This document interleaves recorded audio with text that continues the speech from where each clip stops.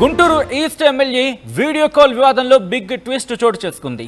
Video call original అంటూ చెప్పిన ఆ వ్యక్తికి సంబంధించి వీడియో కాల్ ఒరిజినల్ అంటూ చెప్పిన అంగన్వాడీ నగర ఉపాధ్యక్షురాలు సూఫియాకు సంబంధించిన బిగ్ బ్రేకింగ్ న్యూస్ చూస్తున్నారు.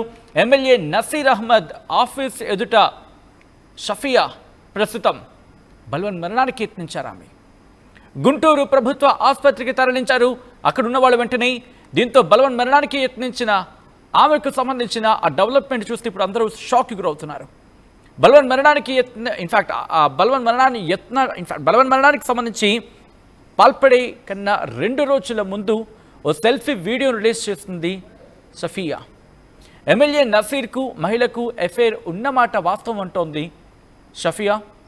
ఆ మహిళ భర్త నవీన్ కృష్ణ తనకి చెప్పాడంటోంది ఆమె. నవీన్ చెప్పిన విషయాన్ని ఎమ్మెల్యే నసీర్కు చెప్పానంటూ చెప్పుకొచ్చింది.